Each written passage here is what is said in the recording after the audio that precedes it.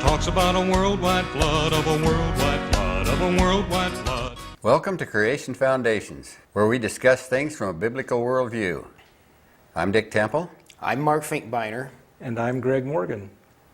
Well, it's been a little while since the Bill Nye Ken Ham debate, but they covered a lot of stuff, and there's some things we'd like to discuss today. The debate topic was, is creation a viable model of origins in today's modern scientific era? Now, does that mean that creationists can do good scientific work? Ken Ham brought up, in just a very brief period of time, a number of top-level scientists who are creationists. There was Raymond Damadian, a physicist who developed the MRI. Danny Faulkner, an astronomer. Andrew Fabbage, a microbiologist. Stuart Burgess, an engineer who worked with biometrics and spacecraft. Now, Stuart Burgess stated that many of his colleagues are creationists, but they don't speak out for fear of harassment or losing their jobs. Well, this right here says, hey, there are a lot of effective scientists out there who believe in the creation model of origins, and they are effective at their work. Now, then Ken Ham asked this question. You see, it doesn't matter whether you're a creationist or an evolutionist, all scientists have the same experimental or observational science. So I have a question for Bill Nye. Can you name one piece of technology that could only have been developed starting with a belief in molecules to man evolution? Bill Nye didn't answer that. Of course he didn't. He couldn't. Now, from the standpoint of science and logic, this question, coupled with the success records of creation scientists, destroys the claim that evolution is a necessary model to work in science. The actual fact is, evolutionism has always been a hindrance to scientific investigation. For instance, Gregor Mendel's work in genetics was ignored for over 40 years because it contradicted Darwin's ideas on how species changes supposedly occurred. It wasn't until Hugo de Vries came up with the idea that mutations produced a new source of genetic material that work in genetics was even recognized.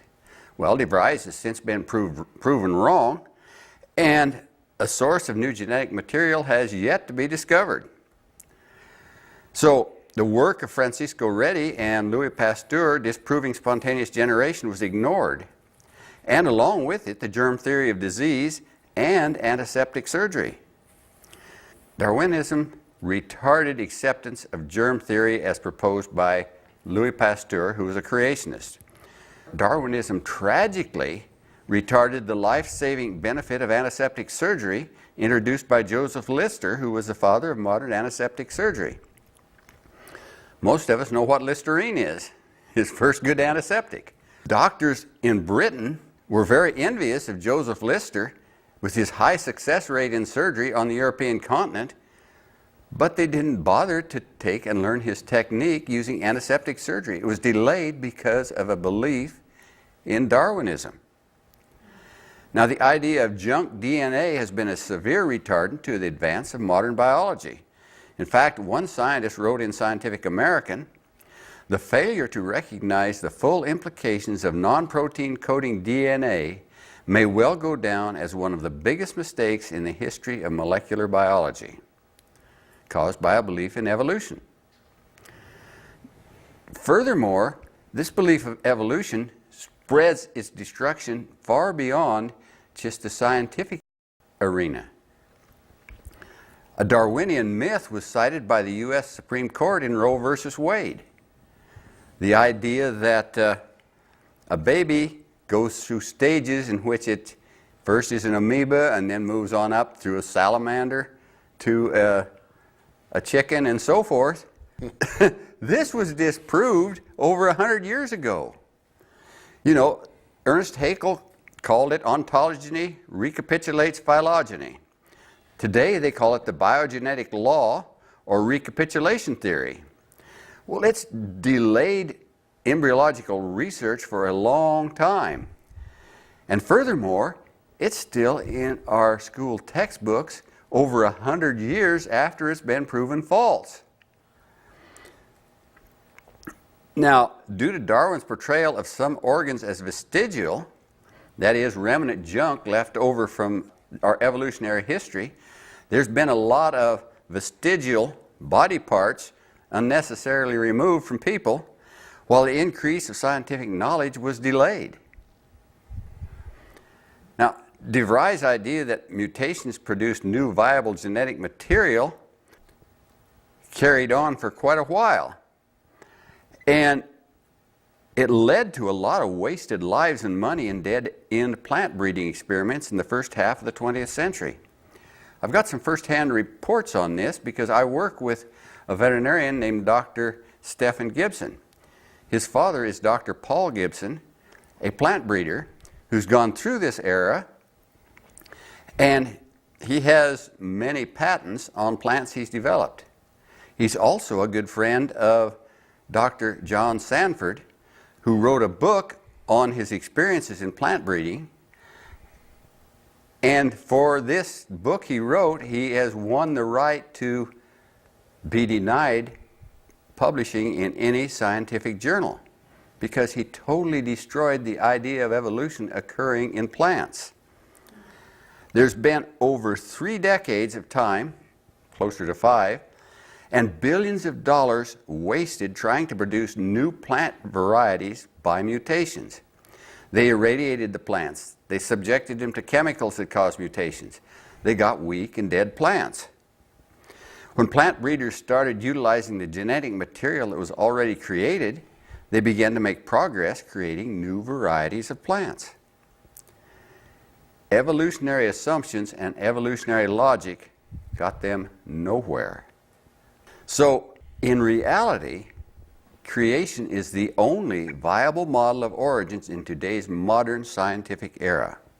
And Mark, I believe you had some things you wanted to carry on with. One of the things I heard Bill Nye talk about was the beautiful fossils, and I believe he was referring to the fossils in Kentucky that he has seen. And I thought, well, yeah, you're right. A lot of these fossils are beautiful, and there's a reason for why they are. And I believe he was referring to how well designed they are. Now, if you take a look at this fossil right here, you're going to notice all the detail in this trilobite. Now, this is a trilobite that was found in Morocco. And you'll see the intricate details of these fossils that I'm going to show you. I'm going to show you some on slide here real quick. But, you know, this is an example of rapid burial. I thought when Bill Nye brought that up, he kind of put his own foot in his mouth because, you know, if you, like, walk outside of this studio here and drop dead, and if you're exposed to the elements long enough, which not very long, you know, the birds and the bugs and everything is going to eat off your carcass, and you're going to deteriorate rather fast. Now, any water-going organism, when it dies, it's going to deteriorate a lot faster because it's in water, and so it's going to oxidize a lot faster and deteriorate. And so when something dies, it has to be buried. It has to be buried very quickly so that it can fossilize and retain its integrity. Just like this trilobite fossil has retained its integrity because I don't think it died, I think it got killed in a catastrophe. Okay? Now, you look at some of these pictures here that I'm going to show you of these fish fossils here, and you'll notice like this one fish fossil, it has its fins extracted. Now, let me ask you something. Have you ever gone fishing? Well, what is one of the things you notice when you catch a fish and the fish dies? Well, the fins, they constrict, they go down, they relax. Most fish will do that. Okay? But when you look at all these fish fossils, you'll notice that the fins are all extracted. That means that fish got buried so fast it woke up dead, as I like to say. That fish had no time to die. That fish was buried so fast that the fish had no time to relax its fins, okay? And then you look at some of these other pictures. And when I took geology in college, I asked my geology professor, who was also an evolutionist, I said, you ever seen any of these fish fossils where one fish is swallowing another fish? She had never seen it, and I thought, well, my goodness, you know, this is a person with a PhD. Surely, you know, and I didn't even have a degree, and I even knew about this. I thought, well, my goodness, you know, where you been, you know, all of your life? You haven't even seen these pictures of these fish that have been swallowing another fish? And you know, if you ever watch a fish swallow a fish, they do it quick. They just go boop, like that, and the fish is gone. You know, they're not just slowly chewing on the fish and sucking it up. They do it quick, okay? Well, that gives even more evidence of extreme rapid burial. I mean, just how vicious was that flood? And you know, there's no local flood that's vicious enough to do something like that. We're talking about like the perfect flood, kind of like that movie, The Perfect Storm. We're talking about the perfect flood here that buried these fish so incredibly fast that it was like taking a Polaroid picture of them, just an instantaneous picture. And we not only find just a few of these fish swallowing a fish, but there are many of them that we have seen in the fossil record. And one of the most unbelievable fossils that have been found lately are octopuses in Lebanon. And as this one scientist said, he says 5 octopus fossils, supposedly 95 million years old. Now, of course, we don't believe that. Were recently discovered in Lebanon, catching scientists by surprise. Yep, surprise, surprise, surprise. First, they were surprised that the octopuses were fossilized to begin with, you know, because if you've ever touched an octopus, they're just kind of a slimy, gooey mess, all right? So when they die, they're going to deteriorate faster than anything, okay? They will not hold its integrity for very long at all. And so they go on to say, unlike animals with hard shells or bony skeletons, these cephalopods, like the octopus and squid, have no hard parts other than the mouth. One report said that fossilizing an octopus was as unlikely as capturing a fossil sneeze. And not only that, but they found remnants of ink in these octopuses. You can look all this up. I think I may have these articles on our Creation Foundation's website. If I don't, I'll get them on there. Okay, you can see all the documentation. The fossils were exquisitely preserved. All 8 arms were visible for each animal, as well as traces of muscle and rows of suckers. Remarkably, a few of the fossils even showed internal gills and remnants of ink. And now, another thing. Bill Nye, he also said, that's why I say if you can find a fossil that has swum between the layers, bring it on. You would change the world. If you could show that somehow the microwave background radiation is not a result of the Big Bang, come on, write your paper, tear it up. If anybody makes a discovery that changes the way people view natural law, scientists embrace him or her. This person's fantastic. Okay, well, then I should be embraced right now. Because I took a group of people on a dinosaur fossil dig to Glendive, Montana, a few years ago, and what did we find? We found seashells, we found turtle shells with dinosaur fossils. Oops. Well, Bill Nye, where's my money? I should be famous now. You promised me. Okay, so there you go. And I go out and I dig for fossils all over the Midwest and the Pacific Northwest. I've been to Wyoming. And I've been to Montana. In Wyoming, I have found dinosaur fossils with seashells, with underwater organisms that have been fossilized with dinosaur fossils. Okay? And so, you know, I should be famous about right now. Then Bill Nye, he talked about this one fossil called Tiktaalik. And this is the fossil that all the evolutionists have been praising. And Bill Nye, he says, evolution, it allows us to make predictions. And he said Ken Ham's creation model, he would always refer to Ken Ham's creation model or Ken Ham's flood, like as if he's the only one who believes you know, in a universal flood. No, there's lots of scientists, PhD scientists, that believe in a universal flood. Okay, just want to make that clear. But he brought up this idea that evolution has been able to make predictions. We want to have a natural law that is so obvious and clear, so well understood, that we can make predictions about what will happen. In the explanation provided by traditional science, we find a sequence of animals in what generally is called the fossil record. This would be to say, when we look at the layers that you would find in Kentucky, you look at them carefully, you find a sequence of animals, a succession. And as one might expect, when you're looking at old records, there's some pieces seem to be missing, a gap. So scientists got to thinking about this. There are lungfish that jump from pond to pond in Florida and end up in people's swimming pools. And there are amphibians, frogs and toads, croaking and carrying on. And so people wondered if there wasn't a fossil or an organism, an animal that had lived, that had characteristics of both. People over the years had found that in Canada, there was clearly a fossil marsh.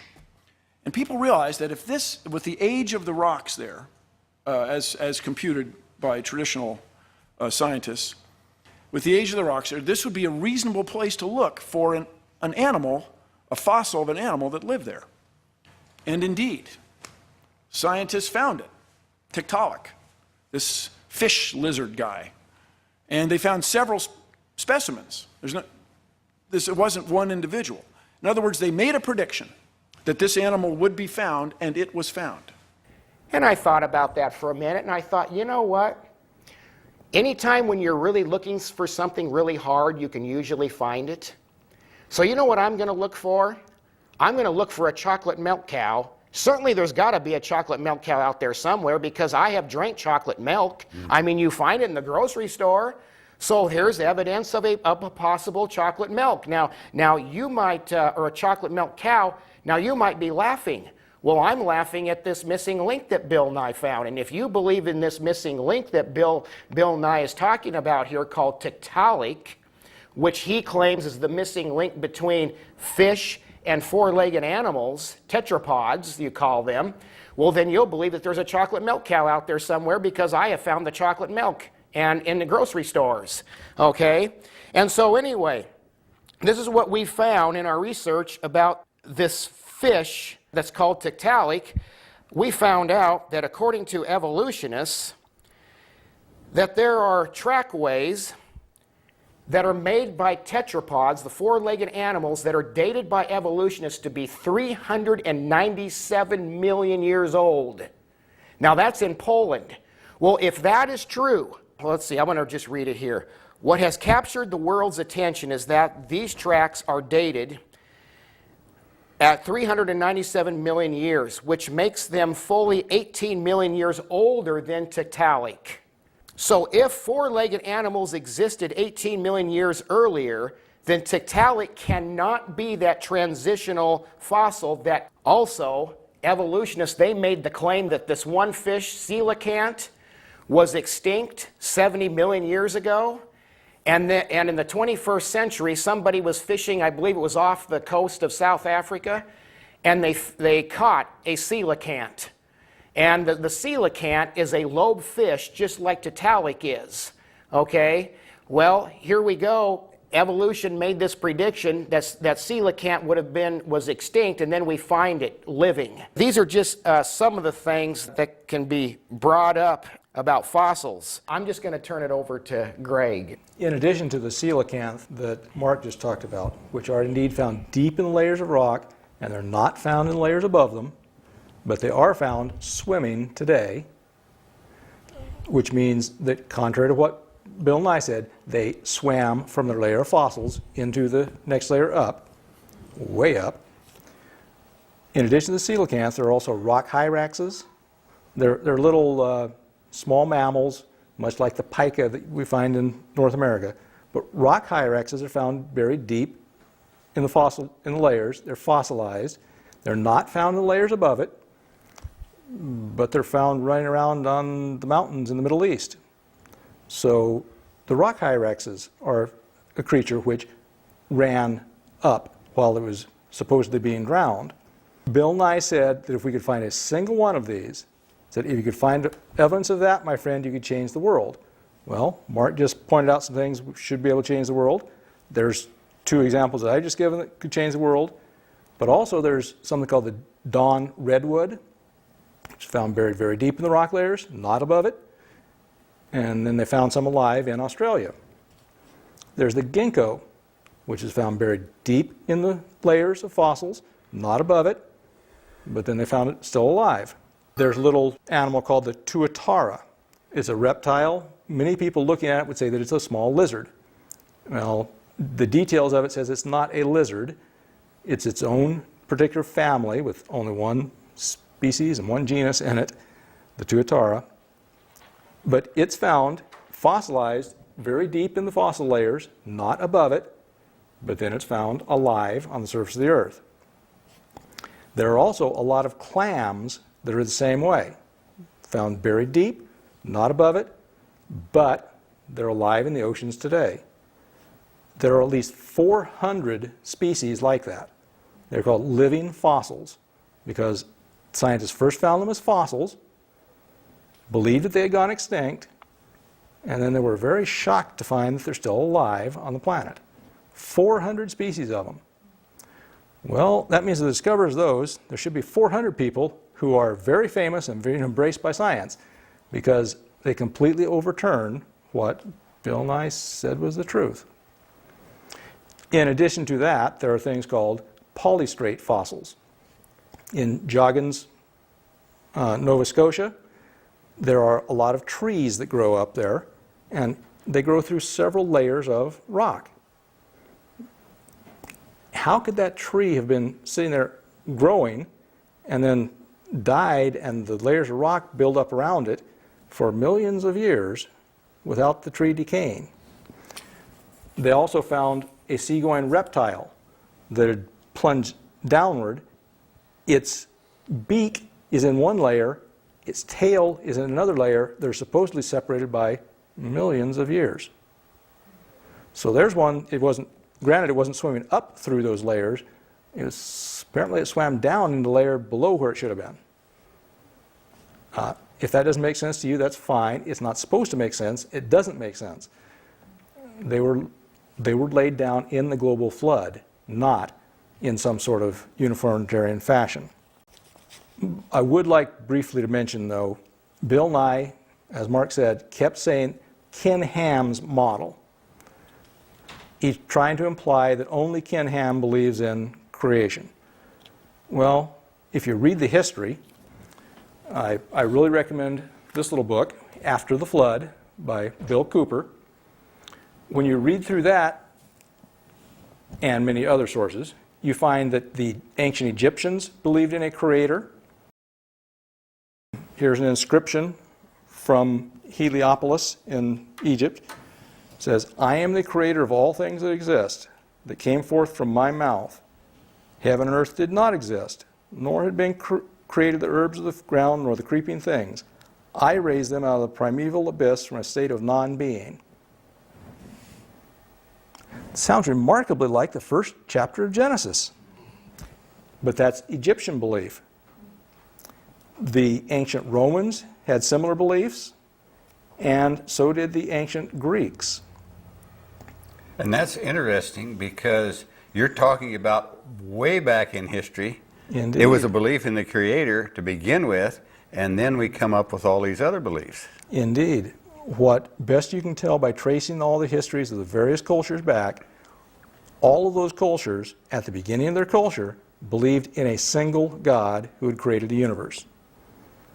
And gradually, those beliefs changed. They got falsehoods into them. It's easy to do with oral discussions, but it's also, people forget what's been written down, and they gradually put errors into it. One person in particular is the Greek philosopher Cicero. And Cicero said, "In the heavens there is nothing accidental, nothing arbitrary, nothing out of order, nothing erratic. Everywhere there is order, truth, reason, constancy.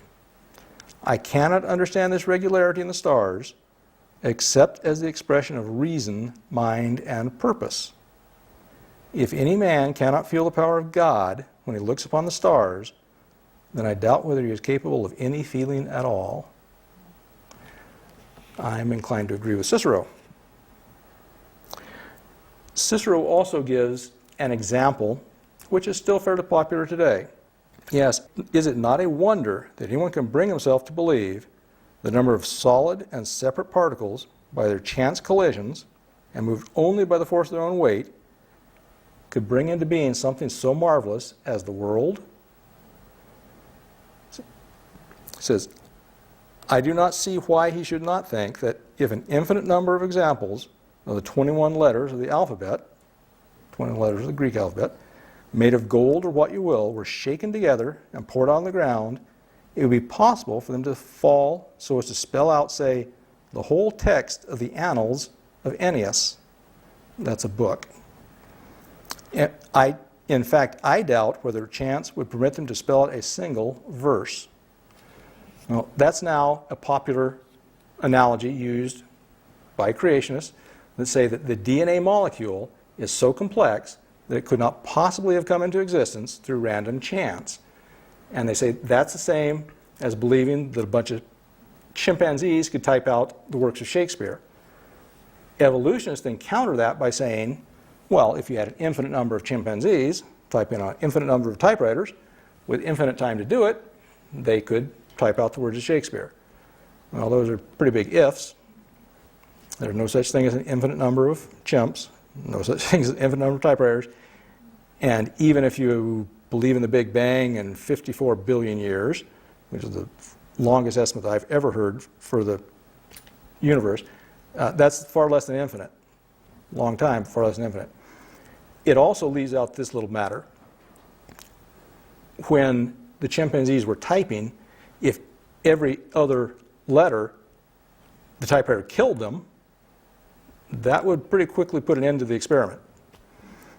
And in the case of life coming out from non-life, every other letter will kill it, because in the DNA molecule, all of the steps are handed. They're either right-handed or they're left-handed. If you put a left-handed one in where it should be right-handed, that DNA molecule won't work. In our proteins, the amino acids are either left-handed or right-handed, and if you put a left-handed one in where it should be right-handed, it'll kill it. All of them, in both those cases, they have this, one is, the DNA molecule has one hand, the proteins have the opposite hand. If you put one incorrect molecule into either the DNA molecule or the protein, it will kill the animal. The most popular form of that is strychnine, which has the opposite hand from all the proteins, and therefore it is extremely poisonous. So that analogy that evolutionists sometimes use is falsified because you have to have all of them the same handedness, which the scientists call chirality.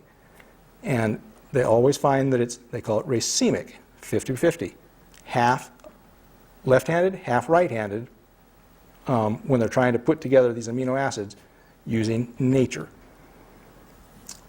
There is no way that you can put a cell together, much less a human being, in natural processes, no matter how much time you have, because of that one little matter.